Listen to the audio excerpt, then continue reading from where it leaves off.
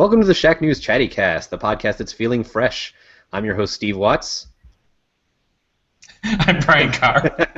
And Brian You Carr threw me off. We're gonna get the hang of this at some point. Like, you know, give us a break. It's format. Feeling fresh. Right out the gate, yeah. I'm like, I don't know what to do with you anymore.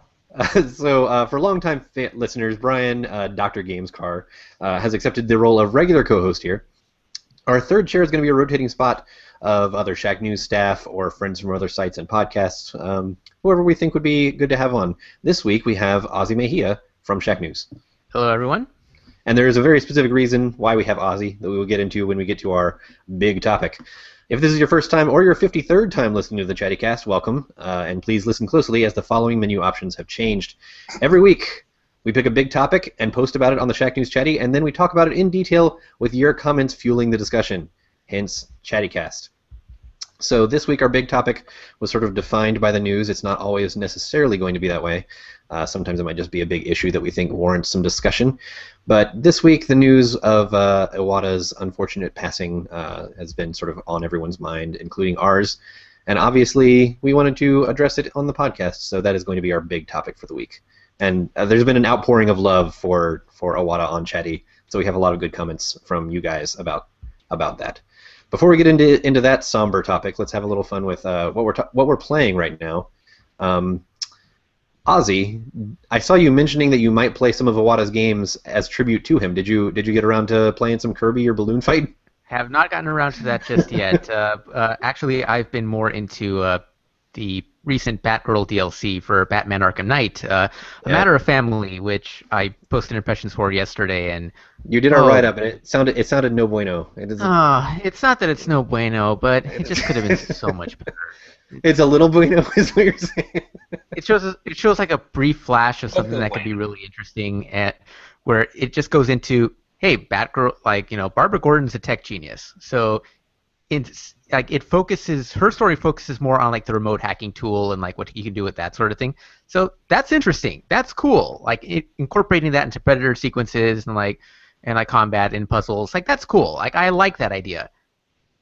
But after about 60 minutes, the whole thing's over, and it barely comes into play at all during like the final minutes of the DLC. So it's a fine idea. It just, the execution's not good, not great. I have a slightly spoilery question. Okay, go for it. Feel free to skip ahead like 10 seconds if anyone cares about the answer to this question. The ads, which I didn't even notice until Brian pointed it out to me, but the ads like definitely made it look like, oh, it's The Killing Joke. Like it's The Killing Joke as DLC. Like, is it that? The only thing that it has in common with The Killing Joke is the Carnival and the Joker. That's it. It does not go into any other details about that story like at all. It doesn't touch on there is a rather history. big detail about that story that is in the main game in a way. So basically the premise of the story is the Joker has this like obsession with Batman, and he's gotten jealous that Batman's brought in Robin and Batgirl, so he wants to kill them so it can be just them again, and Harley hanging out with the Killing Joke. Sounds kind of like The Killing Joke mixed with like the Death of the Family storyline. Yeah, something like that. Weird. All right. Well. Yeah, it's too bad. I wanted that to be really good. I wanted there to be a good, Batgirl story, and this felt like not even half of one. It felt like maybe like a fifth of one. It's the first of, we don't know how many, but they've said they're going to do 6 months worth, and I think the assumption, at least from me, is that means about one per month. Yeah, that sounds about right. If that's the case, they could do some really cool things with like exploring different stories and stuff like that. I mean, hopefully that's it, because from what people have said about the length of it, it's like, $40. Yeah. So if it's 6 things that are 2 hours each for $40, it's like, that seems decent, I guess, Yeah, I don't know about decent. I wouldn't go that far. I will say, though, that it's interesting that WB Montreal was the studio that actually did the Batgirl DLC. The rest of it is supposed to be Rocksteady. So we're going to see what happens with the next 5. But, yeah, we'll attribute this to maybe a hiccup. I don't know. Yeah. We'll see They just put Montreal in the first one because Rocksteady's like, look, we got to finish this thing while you guys start on that one. We got to finish this PC thing that we're... yeah, it's the Halo Master Chief Collection. Like, we have no time. Everything's on fire. So, bear with us. So Brian, what have you been occupying your game time with? Well, the sad fact is that a lot of my gaming time has been spent with various mobile things. Marvel Future Fight has still taken over my life, and I don't know. I mean, So they freaking added weird. Ant-Man and Wasp and Yellow Jacket, and by the time I get all those guys leveled up where I want them, they're going to put out the next one. So that's basically going to take up 2 gigs on my phone for the foreseeable future. But I don't want to talk about that because nobody wants to hear about it. I've been getting back into Hearthstone a little bit. Another thing I'm not going to talk about because Woo! because you know. People have, let's be honest, people have Because I gotten want their to keep people fill. listening. I want to keep people listening. So what I did do is I got they had the big Xbox game sale over the last week, and I picked up a couple things. I got Goat Simulator, which, as far as I know, is a completely accurate simulation of goats. Yeah. I've never been a goat. It seems accurate. Yeah, I've never been a goat, but it all seems completely legit, all on the up and up. Yeah. I picked up Assassin's Creed Chronicles China, which seems. I wanted to get that, and I completely forgot about it. It's actually, yeah, I picked that up too. It's actually very good. It's the best Assassin's Creed I remember game Steven of all liking time. it. Yeah, Steven actually called it the same. He was like, "This is the best Assassin's Creed we've had recently." The only issue I have with it is that the setting is so good, and there's so much like interesting historical stuff happening around that time period that this really should have been a full-on AAA thing, and then maybe we could have had the Victorian London stuff, which has been done to death in other games, be the side story. That's just or maybe one of the 3 games set in and around the colonial era could have been China instead. Right. I mean, just saying. Yeah. I mean, the thing is, like, the combat in Assassin's Creed games, have gotten like kind of easy, you know? Like, in this, combat is hard, and you're supposed to avoid it, and you're not even supposed to like let enemies know that you're there. For the best rating, it's like, just get through this level. They never knew you were even here. Just get around them, Right. you know? You actually have to think about what you're doing, about your movements, and like, you know, Mm-hmm. okay, if I go this fast, how long will it take me to stop so I don't overshoot? Yeah, and and like it goes. fall off this ledge. That makes it sort of feel like it's going back to its stealth roots. Yeah. But it's not Mark of the Ninja-esque where you feel kind of overpowered.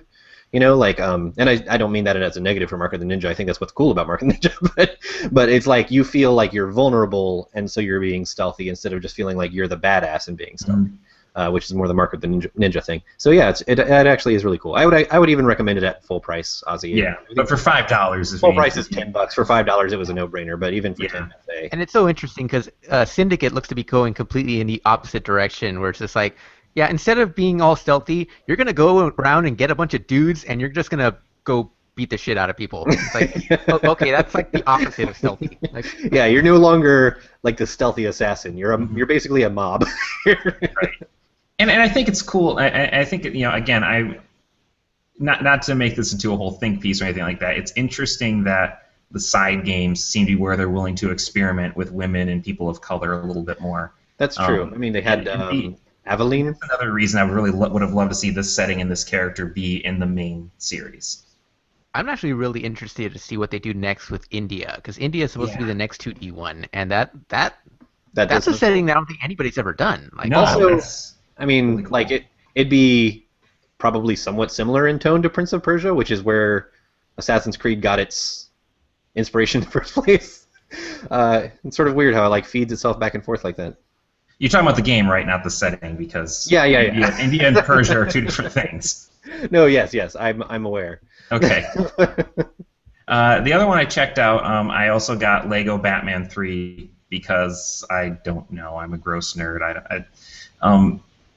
It's fine, except it has they have this one glitch I wish they'd patch out where you have to play as Batman for the first few levels, and you know that's a thing that just really needs to get patched out and it needs to get fixed. It's been a year. I don't think they're gonna patch it, but yeah, I mean that is a Lego game. I I started playing it and it's like, yep, you're doing the things where you're breaking stuff and. Yeah.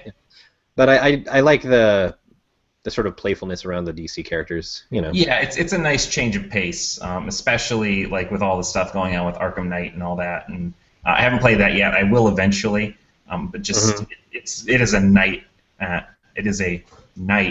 and day difference between the two. I'm done. And it's just a testament to Batman's versatility as a character that you can have that dark Arkham Knight, and Batman, also and like the complete lighthearted Batman from Lego Batman, and even from Lego Dimensions, because Lego Dimensions is basically just the Will Arnett Batman from the Lego Movie, which is just so much Which was awesome. the best part of that movie too. Yeah. By like a long shot. It's like the Batman Brave and the Bold versus, the Dark Knight dichotomy that was going on at the same time. And I will always go Brave and the Bold. The thing about Lego games, which I've noticed in this game too, I like playing them, but I can't play them when I'm tired because they always put me to sleep, like every time. I don't even know what it is. It's just so relaxing. Basic. You hear the like ting ting ting ting ting ting of like picking up the studs. It's It's very much it lulls me. It's like a lullaby or something. It just lulls me to sleep every time. Lego Dimensions is going to be that also, but like there's also a lot of like moving the figures around and like kind of making sure they fit into. That might help. It's like that. That should keep you a little more active. Yeah, I mean, like the last 2 nights I tried to play Lego Batman starting around 1 o'clock, and I got like 30 minutes in, and then I'm just like, I wake up an hour later, and I'm like, what happened? Batman's on his little idling animation or whatever. So yeah, you can play as Alfred in this one, so I'm going to go ahead and give it. That's true. Nice. And Alfred is fireproof. Like all the yes, he is. All the Lego people have their own little powers, and Alfred's power is flames cannot touch Alfred. It's that whole British calm, the stiff upper lip thing. He's not going to be able to catch on fire. He's too calm. Their explanation is like, oh, he just holds his serving tray in front of him, and that protects him from fire. Which is funny because in the Lego Marvel, which I did play all the way through, that's Captain America's ability too, is he holds the shield out and he can walk. Oh, that's where they got it. They're like, so I don't know what that says. It's a lot like Captain America. Yeah. I mean, they were probably in the war at the same time, so. Yeah. Makes sense. So and here they are. Yeah. He was in the Howling Commandos. We all know it. Crossover event. Anyway. I think it's probably about time we get to our big topic. This is going to be starting off on a somber note. Usually these will not be this heavy, but this week the news was heavy, and I think a lot of people are sort of thinking about these heavy things in regards to Mr. Iwata. If for some reason someone is listening to this and does not know, Nintendo President and CEO Satoru Iwata passed away, I think, Saturday. It was Saturday, yes. They announced it on Monday morning, Monday in Japan time, so we all started getting the news kind of late Sunday night. He had been sick for some time. It was a bile duct growth. He skipped last year's E3. I think he might have skipped this year's E3, actually. Both, yeah. Yeah. So it was very sad. Obviously, he was a huge influential figure in the games industry. And before I get into sort of what our chatty users talked about with him, I want to just give both of you guys a chance to chime in on, like, how did this news hit you when you first heard? Like, what were your first thoughts when you first found out? Well, it's funny because like I never expect to actually get that kind of breaking news on a Sunday. So when my phone starts blowing up as I'm driving to visit my parents on Sunday, going, okay, what is so important that they're all blowing my phone up? Am I actually gonna have to turn around and go write something? And I saw the notes and I go, oh my god, like that! I really never expected to see something of that magnitude and something that really does affect video games as a whole. And I'm sure it was something that if you were on the inside of Nintendo, you sort of probably knew, on some level how this sort of thing was going. But from the outside, it felt very sudden, We knew he had been sick last year. We knew he didn't show up this year, but there wasn't much news regarding his health for the last year. So it's not like we knew that it was getting worse or anything. But what's crazy is that NeoGAF posted that picture of Iwata on June 23rd, and he looked. I mean, he didn't look like standing picture of health, but he looked good enough. I mean, he looked like he looked fine. He looked thinner though. I mean, like it's one of those hindsight is 20/20 things. When you look back, you're like, oh yeah, I can see how. That was a sign of degrading health, but at the time you might not have, seen it as serious as it was, I guess. It's like one of the chatty posters wondering about the Muppets, going, "Oh, is that why they went with Muppets this year?" Oh yeah, I think that was a good observation. I mean, it's kind of a silly thing, but maybe that was part of it. Maybe they were just like, well, we want to represent Iwata, in a good way, and this is the way we can do it.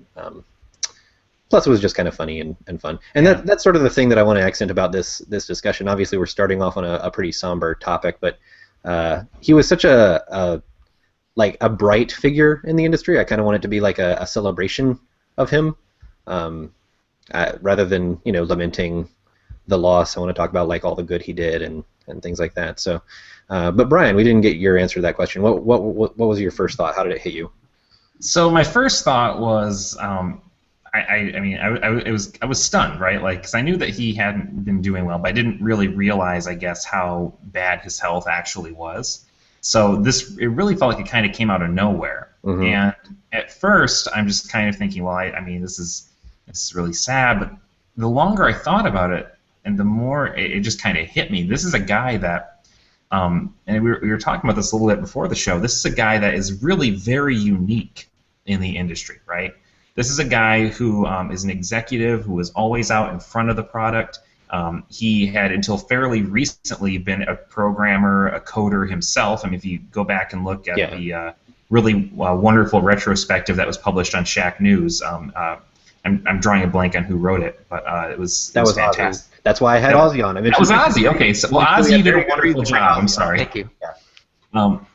If you go back and look at what he did, I mean, this is a guy who was working on things like, he helped get Smash Brothers Melee out the door. Mm-hmm. He came up with the algorithm that made the storage capacity for Pokemon Gold and Silver much bigger, so they could put in the original continent from the first game in there. I mean, you can't say that about any other, executive.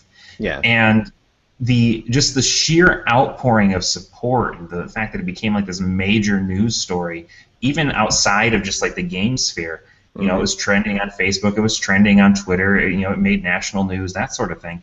But I don't, and I don't mean this to say, anything negative about anybody else, but I don't think you'll see that with anybody else, right? Yeah. Like, Iwata was really a very special guy.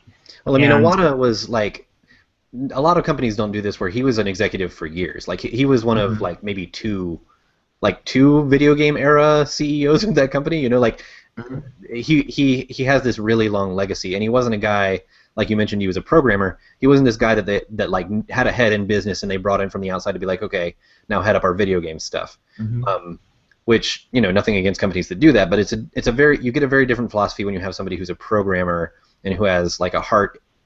His heart is really in making fun experiences, being the one who's ultimately in charge of the entire company. And I think that affected their philosophy in a big way. And I think that's something that came through in our chatty comments a lot, just to start the engine on some of those. As I was gathering quotes from chatty on Iwata, I noticed that almost all of them are saying the same thing, but in different ways. They're basically saying, like, he was the guy, especially in recent years, when we've seen, kind of more predatory practices and things taking hold in the industry as a whole. He was the guy who like didn't go for any of that. He was the stand against the tide guy. So this comment from David Craddock, I think, summarizes it really well. A lot of people wonder why Nintendo fans form emotional bonds with the company and its products. They're a company, they're out for our money. Why should we care about them when they only care about what's in our wallets? Iwata never came across that way, and if he had, that would have been the act. He was a genuine man who looked out for customers first and stood like a mountain against the waves of shareholder pressure to follow the rest of the gaming industry's predatory practices. Iwata cared about us, and we cared about him. So, do you ever see an executive that stands up to shareholders in that way? I mean, look at all the stories we've seen about how Iwata has like completely, like, not completely, but like disregarded some of the more egregious requests of the shareholders. And he would kind of sidestep them, right? Like, he wouldn't necessarily say, like, you, sir, are an idiot, which is what you might think when you're reading. Right, that's our job. Yeah, like, that's our job, we as journalists will say, idiot.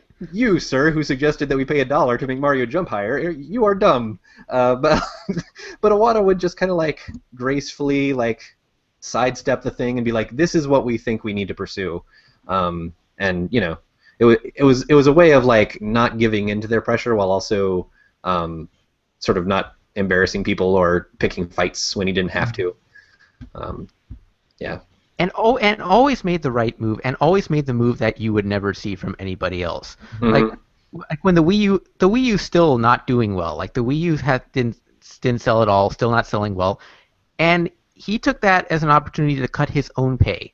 to go, this is on me. I am the captain of the ship, so if it's going down, then it's on me, and I'm not going to let anybody else take the heat for this.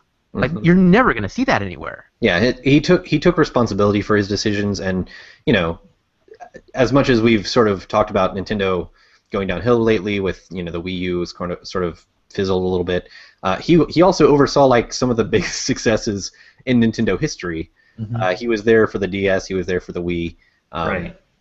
And the balls that it took to just say, yeah, the Game Boy brand is done. Like, yeah, because the DS was the third pillar when he stepped in. The DS was this weird experimental thing that they were like, we don't want to say that this is taking over the Game Boy because people have the Game Boy. But then it was even like a year or so before the DS started picking up steam with a whole bunch of like killer software. And I remember there was a note from Iwata that he gave to I think it was like PR people that had been helping with the launch of Brain Age, which was one of those very early DS hits that just said like, we think that this is the first step into expanding our gaming outreach to more people. So please share this with like your family and friends who necessarily may not have gamed before and things like that. I'm paraphrasing, of course, but basically it was like a hey, share gaming with other people. This is something that we can get more people involved with if we think through kinds of software that will appeal to different people. And that's funny because that's like the big difference between Iwata's approach to the casual market and like your average mobile developer, your average mobile publisher. Like when you think of mobile, you think of like people going out for like to try and make a quick buck or like try and offer free to play with a lot of microtransactions and that sort of thing. Just kind of taking advantage of like the average user, the person that doesn't game all the time. Iwata approached the casual gamer as somebody that he wanted to get gaming. Someone that he goes, oh, this person is not into gaming, well, I bet I can get him into gaming. Right? Yeah, I bet I can show him how awesome this hobby is if I just find the right software. Yeah. It was out of a desire to expand the hobby and not expand the wallet, which is really why he's as loved as he is. Meanwhile, he, for those of us who are already into gaming, lately there have been so many, like David said, predatory. Serpico74's comment also used the word predatory. More than anything, he respected the customer. He didn't engage in predatory DLC practices with games like Mario Kart 8 and Splatoon, even though he could have easily nickeled and dimed with map packs and season passes. Instead of laying off a bunch of people when Nintendo was losing money, he cut his pay in half. When talking about free-to-play earlier this year, he called out for what it is, free to start, which I actually noticed right before he passed away. I was browsing the eShop and noticed that, what's it called? Rusty's Baseball was called free to start. And I was like, that's kind of funny. But that's just kind of like Iwata's thing. When he was in charge, you knew that you were getting like just honesty about what their motivation was and what their practices were and why. You may not necessarily always agree with where the direction they were going, and a lot of people had been critical, but you at least always understood it because you would always take the time to explain it. And I think, too, what's been interesting about the reaction to his passing is that this is one of the few times, especially lately, you've seen people in the games community with maybe one or two notable exceptions, very notable exceptions, come out just unequivocally saying, look, this guy was great, we loved this guy, we are poorer for having lost him. He did a lot of great things. Like, Sony came out, they did a tweet on the PlayStation. I think Microsoft did something. Sort of like the whole industry came out for him. Yeah. Yeah, everybody did except, as Brian said, a couple of exceptions. I believe one of them is Square Enix. Which I don't think they said anything negative about him. They just might not have said anything. I don't think they said anything at all. I'm speaking specifically about somebody who very specifically went out of their way to remind everybody about their disagreements with his management style, but I'm not going to name names. Yeah. Well, yeah. One random winner said he was a genius programmer and an invigorating and ethical CEO, which is something that practically doesn't exist anymore. And I think that the thing that he mentioned is Iwata's just library of games. Ozzy, in your retrospective, you looked up his Moby Games credits, and it was an insane number. I don't remember what it was. I was blown away. I wanted to kind of list them like individually, and then I saw it, and I go, yeah, it's not going to work. And a lot of that was, producer, executive producer, things like that. But plenty of it was, programmer or, back when games were sort of young and they didn't know how to credit people, they just called it like game design by Satoru Iwata, and that basically meant like, hey, this is the guy who programmed the game, and brought so much life to Kirby. Like yes, oh god, Kirby. 21 Kirby games that came out since he first made Kirby's Dream Land happened. Mm-hmm. Yeah, and I mean Kirby is, it's almost like an extension of himself, right? Like if Miyamoto's creations are, extension of his spirit, where it's, Link is his spirit for adventure and things like that. Kirby is just such a lovable goofball. Yeah. And like I hate to call Iwata a goofball because it sounds disrespectful, but I mean it in the best possible way. Because I noticed when watching us find photos for, we published when Miyamoto issued a statement, we published a story about that. When Reggie issued a statement, we published a story about that. And for both of them, we found photos where Iwata was playing along with their personality. Like for Miyamoto, they were dressed as like Luigi, like in this like kind of goofy thing, because Miyamoto's more like goofy funny. For Reggie, it was like the faux badass, like backlit, dark eyebrow like shot that they had when they kind of threw down in Smash Brothers for that video. So it was sort of like he was like a chameleon when it came to like just getting along with everybody in the company. It seemed like he just kind of like adopted the sort of goofy personality that worked for everyone. They were Nintendo's Triforce. I put that on Twitter, and it feels like it really fits here. They were the three people you thought of when you thought of Nintendo, and now it's kind of a whole now. Yep. Yeah. The Triforce metaphor actually works really, really well now that I'm thinking about it. He's wisdom. Miyamoto is courage. And then Reggie's obviously power. Reggie's power. I thought that went without saying. Creep said that Iwata being against microtransactions and charging for DLC will never be appreciated as much as it should be. I think that's sort of an interesting launching off point because he wasn't necessarily against those things. I get what Creep is saying. But he wasn't necessarily against those things like as a matter of principle. He was against doing them in the wrong way. You know what I mean? And Nintendo, for all the criticism people give it for being very slow to adopt change, I think it's because they're very cautious because they don't want to do things in the wrong way. And so when they started seeing microtransactions blowing up, they were very reluctant to jump in with both feet. And when they started doing it, it was just sort of like little experiments and things like that. And I feel like at this point, like the Mario Kart 8 DLC, I think is some of the best value of DLC that you can point to, and that's because they approached it so cautiously and figured out what will make this valuable to our customers, what will make this worth their money, so that we kind of retain our good name as giving people a lot of value for their money. And then there are also like the opposite end of that spectrum with the Pokemon Shuffle. So they're not all. Yeah, it's not all roses, but I don't know who was in charge of Pokemon Shuffle. For all I know, that's. They think the Pokemon companies they're doing their own thing. Yeah. So plus I kind of assume that's them experimenting as they prepare for this mobile thing, because like it. When you're experimenting, when you're finding your center, you need to experiment a little on both sides. I feel like that's part of what Reggie meant when he said that Iwata's impact wouldn't be fully appreciated for years, because I think he might have more of a hand in the NX than we think, in terms of its design and its model. I'm hoping that when NX launches or when it's announced or whatever it ends up being, I guess, that people kind of keep in mind like this is like the last piece of Iwata's legacy is what we're going to be seeing when we get that unveil.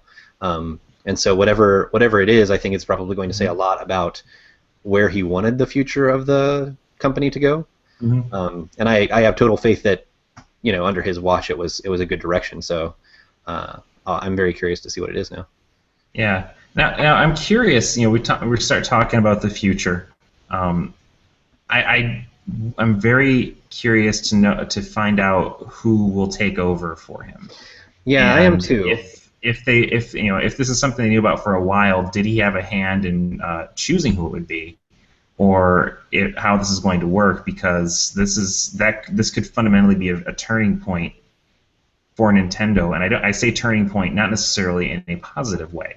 I've heard there's something of a crossroads. I've heard that's speculation about who could take over, and the big speculation, I think, probably because it's the only name that most people know from Nintendo other than Iwata, but most people have been saying Miyamoto, which I almost kind of hope not, because I just feel like I feel like Miyamoto is most comfortable in a creative role, and I already feel like I can see him kind of chafing as a producer and wanting to be more hands-on, instead of just kind of being a little bit of hands-on with like a dozen different projects. I think he wants to like have a thing that's his baby. And so him being in an executive role like that, I just don't know if he'd be happy, and if the games might suffer for it. So I don't even know. I don't know who else you could bring up. I mean, Iwata was just with HAL Laboratories before they brought him up, so it could just be someone that we don't even know yet, that ends up being a perfect fit. So who knows? It's going to be interesting to watch that future. But I think the fear now of this being a crossroads is like, well, now that Iwata, if Iwata was the dam, standing in front of all these terrible things, now that he's gone, do those things flood in? Does Nintendo's core philosophy change? Do we suddenly start seeing microtransactions and DLC start flooding into Nintendo products? Mm-hmm. Exactly. Like, I mean, if Iwata was the one standing up and saying no, like, does him leaving suddenly change that, or do people remember like this is what this man stood for, and we need to respect that at least? At least they'll have that bug in the back of their head when they're considering these things. They're saying nothing will change, but I want to see how that holds up to investor pressure. That's the thing, yeah. If the shareholders have any say, I think you're going to see something different. Yeah. Our own briefcase man, Asif Khan, had commented in our own internal chat that he thinks Satoru Shibata will succeed Iwata. He's the president of Nintendo of Europe, which seems like it would make enough sense. It's like a less famous game designer-y name that people aren't like, oh, Miyamoto. Oh yeah, whoever takes over, it's not going to be a sexy pick or anything. Like it's going to. It's not. It's not going to be like Reggie. They're like, Reggie, you're the new president of this Japanese company. That's not going to happen. Plus, I think he's perfectly satisfied in his current role.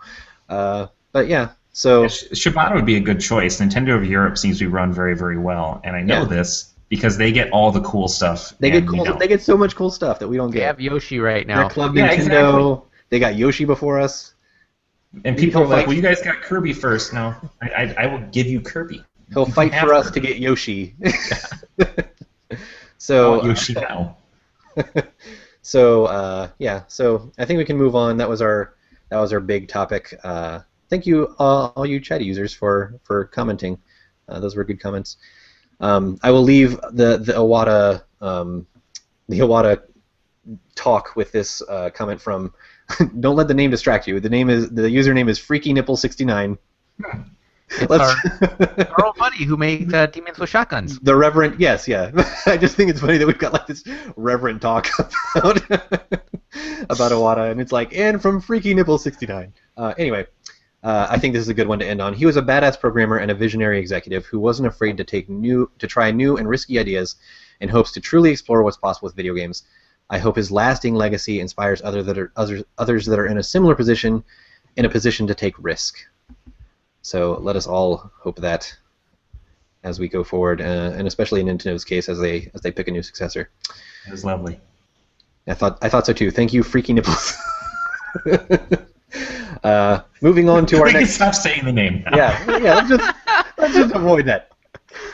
So moving on to our next segment. This is what I'm calling Newsy Bits, which is things that are not as big as our big story, but smaller news items that we just want to spend a couple minutes on. Jingles. Yeah, feel free to send little jingles for our segment intros. I'm thinking you do like Newsy Bits. Newsy Bits. Yeah, like it's a musical. Yeah, I like that. Yeah. So first up, Deep Silver pulls developer Jaeger from Dead Island 2. This broke just yesterday. Ooh boy. Yes, there was apparently some kind of falling out. Jaeger issued its own statement today, citing basically creative differences. I don't know if that's exactly how they phrased it, but yeah, this was a pretty public vote of no confidence that you don't actually usually see in companies. So, Ozzy, thoughts on Deep Silver pulling Jaeger? Well, I was ready to give Deep Silver the benefit of the doubt yesterday, just because I think they had been looking for something tangible since E3 of last year, and nothing's really been coming up, and Jaeger hasn't really produced anything. there was that delay from a couple of months ago where it sounded like that Deep Silver statement was like somewhat contentious, going, yeah, we don't really have anything here. And then I think it was Brian Shea from Game Informer on Twitter earlier that pointed out, what's going on with Homeworld 2? Like, we haven't not Homeworld, Homefront. Yeah. We haven't seen anything about the new Homefront either. So, is there more going on at Deep Silver than we think there is? I feel like there's a lot of shifting going on, specifically right now, and I won't talk about specifically the things I suspect because, we're in the news. By the way, business. before we go any further, just to get it out there, I constantly get Homeworld, Homefront, and Homeland all mixed up. Home whatever. Home something. Gears of Call of Duty Battlefront. Anyway, yeah, like I think there's a lot of shifting going on all over the games industry, and I wouldn't be surprised if this sort of thing happens all the time. But I feel like we're catching wind of a couple of things like this a little more than usual. Seeing like little hints of, okay, something seems like it's not quite right there. Yeah, I didn't really play much of the first Dead Island, so I don't have too much of an opinion on who should develop Dead Island 2. But Brian, do you have thoughts on? So Deep Silver's in this interesting position right now because, and I'm willing to bet these two are not related, but they have been doing a lot of publishing of these sort of like Kickstarter-backed, big-name retro type games like Mighty Number 9, Bloodstained, that sort of thing. Mm-hmm. I don't know if that signifies a shift in how they're doing business, or if they're trying to maybe think like, well, why do we want to, if we're going to make these big sort of like AAA titles like a Dead Island, which I think you consider Dead Island AAA, right? Yeah, well, it's like on the borderline. AA doesn't really exist, but that's what I'd call it. It's probably close to like a mid-grade thing, but mid-grade almost doesn't exist anymore. So yeah, whatever it is. That's what I mean. Yeah. And I wonder if they're starting to think, well, we're seeing what these other developers can do on a much smaller scale, much smaller budget. Why are we still waiting to see results out of this other studio?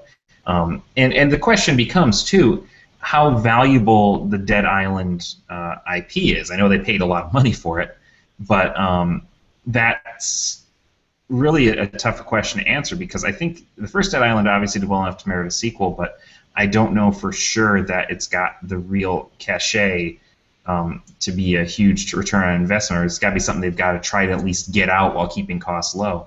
I don't know. Again, it seems like they're pretty quiet about what's actually going on. I see that Jaeger did comment on this apparently.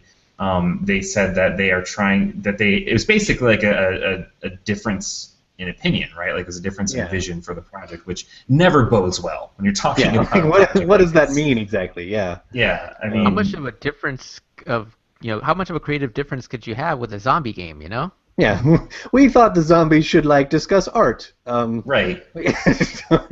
Unless it might be one of those things that after it's released, we see sometimes when you hear there were creative differences, and then after it's released, you see actually Ant-Man releasing this week. Ozzy, you said the thing that was cited was creative differences, and the rumor was it's creative differences over how much to integrate this into the Marvel universe. And then when you saw the movie, you should say that because you'll see the exact moment where Edgar Wright said, "Oh, screw this, I'm out." Yeah, exactly. When you saw it, it was readily apparent, and that's sort of a metaphor for what I'm talking about. Where maybe once the game comes out, there will be something in it that we're like, oh. Well, it's interesting too, and I'm completely talking out of nowhere, but the tone of the game seems, based on the trailer they showed last year, just seemed markedly different than the first Dead Island. Right. Yeah. Well, the tone of the commercials was I don't know. It was very strange how the tone of the first one was so artsy. well, the commercials were, but the game itself really wasn't. Yeah, that's what I mean. And then this one seems to be going more for straight up comedy, which in general I think that's the way to go with zombie things because we've seen the serious stuff done to death. Yeah. And I don't know if there is a disagreement over that or what, but this is baffling to me. I think it ultimately comes down to how much was actually done and what did they actually have to show because, Deep Silver to me does not seem like a company that's willing to wait around 4 or 5 years for Dead Island 2. Oh yeah, yeah. It might have just been a timing issue for all we know. So our next and final newsy bit, we just have like two or three of these per show. Metal Gear Solid 5, the Phantom Pain box art is omitting Hideo Kojima's name, which is getting to Somebody's gonna write a book about this, Steve. That's gonna be a must-read when it's that getting happens. to comical levels of pettiness. I'm picturing like the head of Konami like going into the Wikipedia page and like editing it at this point. Like it's that level of petty. Hideo Kojima is a poopy head. Hideo Kojima didn't have all these good ideas I did. Meh. Like it's Drawn with a Hitler stash. yeah, it's getting kind of ridiculous. Like of course, Kojima the earlier comments when this was first not announced, but I guess when things first leaked about the falling out that they were having, Konami's comments have always been sort of like non-denials but still respectful of Kojima, saying like, we're looking forward to releasing this game with the help of, the great developer Hideo Kojima, like things like that. And like not necessarily saying, but we're going to fire him afterwards, but like that was the subtext because they weren't saying they weren't going to. But now this is like getting to a level of where like they're just taking him off of it, just denying his part. It is astonishingly petty. Yeah, it's getting weird. And I mean, Konami is... We've talked before about Konami being sort of not that interested in game design anymore, so maybe they don't care if they're burning bridges. Yeah, but it's a very odd move, especially since, like, his name sells, All I know is his Kickstarter's going to make bank. Even if it's just purely mercenary, if you want your game to sell, like, keep the guy's name on it that everyone loves. Because so many people associate Kojima with Metal Gear, so yeah. So like, if you see news stories like, oh, Kojima's name isn't on this one, the average consumer, not people who follow the news closely, but the average just Metal Gear fan who plays a Metal Gear game when they come out, might be like, oh, maybe Kojima didn't make this one. Like that might mean something to them. So here's my question. I'm excited for Metal Gear 5 or Metal Gear Solid 5. I wasn't at first, but I've come around. The trailers, the E3 really brought me back because it's like this is the completely, like they are really going all out on the completely bananas crazy town that I want for Metal Gear. And I'm wondering, like, do you guys consider this to be the final Metal Gear? Even if it's not. I mean, it won't be. I consider every Metal Gear to be the final Metal Gear. I thought 4 was going to like the last 3 Metal Gears have been the final Metal Gear. So like we wrote a story a few months ago where Konami basically said they're going to keep this going. Yeah. They're like, we're going to keep this wagon train moving. Can we fast forward to 2017 and see the reaction for Metal Gear Solid 6 with like no Kojima involvement whatsoever? Yeah. Just see everyone just flip over it. See, I think the roots of that series are established well enough that you could make a passable Metal Gear game without Kojima. You could make something that like mechanically is like it and it works fine and blah, whatever. But it'll be soundly rejected by the core base. Exactly. Yeah. And part of that is because it's not going to have that special Kojima crazy in it. Like he's got this certain tinge of personality that he infuses into his games that no one else is going to be able to emulate. And if they do, it'll just seem kind of sad and off. Like there's no tacked on. Yeah. There's no such thing as like straight up auteur theory in game development because it's such a different beast from film. Mm-hmm. But if there is a guy who could wear that label, yeah, it is Kojima. Like because he is the only guy that just thoroughly in every game he makes, you see that personality, you see the stuff he's interested in come through top to bottom. And yeah, this is a Kojima game, not right. And I just don't see a Metal Gear without him even being worth considering for that reason because it's not Metal Gear. Yeah, although I'm sure we're going to get one. We'll just of course, no, you're going to get. So now I will say this: if they make Revengeance 2, I mean that's a whole different beast. But he had like nothing to do with that one either. Yeah. Because here's the thing: when you consider style in video games, you associate them with development studios. You associate them with Platinum, which exactly. for Revengeance. But they don't even have that anymore because his production studio was Kojima Productions, and they're scrubbing that too. It's like, I don't know.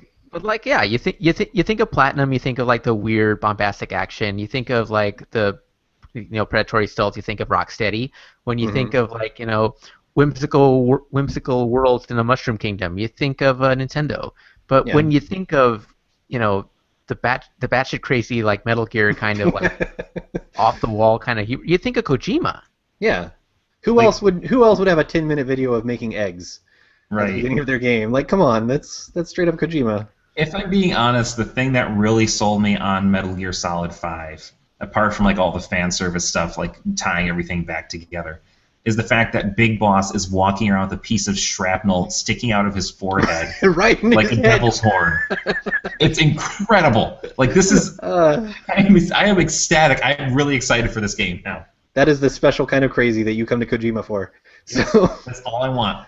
that was our Newsy Bits. We're going to try a new segment now, brand new segment that we've never had anything like. We've had things like Newsy Bits before. This is a new segment I'm calling Beat the Doc. It's a play on Beat the Clock, you see. This is a trivia contest that we're going to be playing where I pit Brian, Dr. Gamescar, against our guest, who today is Ozzy. There's going to be different forms of trivia. Today I'm sort of calling this Doc Boxing, wherein I read quotes from the back of game boxes. Now, Nice. Now these are going to get progressively harder. It's best of 3, and our guest goes first. Any parts of the title or dead giveaways like iconic character names have been replaced with blanks. So keep that in mind. If you hear me say blank, it's either a part of the title or just like an iconic thing that would obviously be a giveaway. So I should point out before, just so there's no question, I have no idea what these are. I have Yes, there's been no not privy to collusion. any of this, and Steve Watts actively hates me. So That's true. the odds of me doing well are very low. Like the name Beat the Doc makes it sound like it's going to be complicated and like hard for people to beat Brian, but really I aim to embarrass him. So just so you're clear, there are no shenanigans. let's do this thing. Okay, so Ozzy, you're first. All right. This is from the back of a game box. Angels and demons stand in her way. Bayonetta. I'm going to count that. It's Bayonetta 2. Yes, it is Bayonetta 2. No, how can you count that? It's a different game. It's close It's the enough. same game. I'm going to be just as easy on you. Hold on. I will give you this one because that one I feel like Bayonetta is in that box. That one I feel like that one was complicated because that was literally all that was on the back of the box. Like most of these are going to be much longer, but that one there was one sentence and then just a bunch of like cleavage. I was shots about to go with Devil May Cry until you said her, and I had a Angels and demons stand in her way. audible. Okay. So next, Ozzy 1 point. Next, Brian. You'll need lightning fast reactions to win this battle in the sky. Take to the skies. It's blank. You'll score lots of points and have loads of fun when you burst enemy blanks and send their parachutes crashing into the sea. I hate you. Oh, God. Is it It's not Ace Combat, is it? no, it is No, it's not. not. It is not Ace Combat. What is it? Sorry, it's Balloon Fight. Well, At Nice. this point, that makes sense. at this point, you might be seeing a pattern develop. All right, next, Ozzy. Okay. For the win, possibly. Blank invasion. Bizarre aliens roam the Earth. Intergalactic terror strikes the small town of Blank as a blazing extraterrestrial object crashes into the night. The Blank now faces imminent destruction by the universal evil threat known as Blank. Armed with a cracked baseball bat, a cookie, and an ATM card, a courageous boy named Earthbound. Blank. Earthbound. You had me at the cracked baseball bat. I had it before you said that, but that's just like let's not continue That's to the dead giveaway. That is 2 points. So Ozzy wins. What were the other ones? Has anyone caught the theme yet? Do I get points if I catch the theme? Yeah, sure. Why not? Well, they were all Iwata games, weren't they? They're all Iwata games. They're all Bayonetta 2 was? Bayonetta is a producer credit. The rest of these That makes sense. The rest of these have been programmer credits. So I'll just read these, and since Ozzy already won, I'll read these, and we can sort of chime in as you know them. These are the harder ones, so it might just be that neither of you know. How can sand traps in water be this much fun? Whether you're an aspiring amateur or professional class golfer, Blank puts you right in the thick of world-class Blank tournament. NES Open Tournament. Yep, that was also an Iwata credit for programming. And this last one is the hardest one. It was also very hard to even find a box to find the quote. An exciting race through space in a running battle with enemy starships. Three-dimensional screen action looks like you're plunging through a time warp on your way to hyperspace. Fire missiles and take evasive action to avoid enemy lasers. You have full control over your spacecraft's speed and direction, and you can play to any score for long or short games, 1 or 2 players. I got nothing for that one. That was Is it radar scope? No, it was I believe it's Commodore. It was Oh, for Bally's games, and it was called Star Battle, and it was the most obvious Star Wars ripoff you've ever seen in your life. It was, the cover has like straight up a TIE fighter on it, and is a trench run. So that was back in the day when video games could do that. This was Nintendo like, would get much more subtle with their Star Wars ripoffs later on when they created Star Fox. this was they just ripped off Thunderbirds. one of his earliest credits. I thought I'd go more and more obscure to make it more complicated. But yeah, that was one of his earliest credits. I think not quite his earliest because I couldn't find a box for his earliest, but that was one of his earliest ones. Back before he even worked for HAL, it was some other company making Star Wars ripoffs. So that is the show. So I'm 0-1. Okay, I can live with you're that. 0-1. I can live with losing to a fine competitor like You can Ozzy. prove yourself next year. And to be fair, Ozzy did look at the Moby Games listing in order to write his retrospective. Yeah, I only had 310 producer credits to think of. So I'm just saying he might have seen some of these. I doubt he was like memorizing them. But in all seriousness, if you haven't read Ozzy's, not to plug our own content in relation to a tragedy, but if you haven't read Ozzy's retrospective, go read it because I am biased because it is my site, but I think it's the best one I've read. It's extremely good, and if you are wondering what makes Iwata so great and worthy of giving him basically an entire show just to talk about his legacy, Ozzy's retrospective is a primer on that, or just like a nice way to look back and celebrate the man's life. And So, I am going to go ahead and plug the remembrance that our video crew did on our YouTube channel. yes, that's Which is also a true. tremendously produced piece, absolutely wonderful, and it's only a short 3 minutes. So, And it give shows that a look and you can remember see footage Mark of some of the career. games that he personally got into the trenches and programmed, because he was sort of known for doing that. So that is the show, and thanks for listening. Before we go, though, we want to get more iTunes reviews, and this time, not necessarily every time, we're going to bribe you, because that tends to work. So we're giving away Go bribery. we're giving away 5 keys. I think they're Steam keys. We're giving 5 keys for the Red Solstice from Ironward. It's a real-time strategy game. So go to iTunes, leave us a review, good or bad. We're not trying to bribe you into giving us a good review. We don't care. You're going to be in the running whether you give us a good or bad review, because we don't want to seem like we're up to bad shenanigans. We do RNGs like Hearthstone. Yeah. So, we just want honest opinions, but we want more reviews. So go on to iTunes, give us a review, and then next week I will look at all of the people who have submitted reviews, and if there are more than we have keys for, I will pick some names out of a hat and announce who should be getting in touch with me to get a key. So go do that. And so that is the show. I am Steve Watts. I am Brian Carr. And I'm Ozzy Mejia. And until next week, we will see you on Chatty.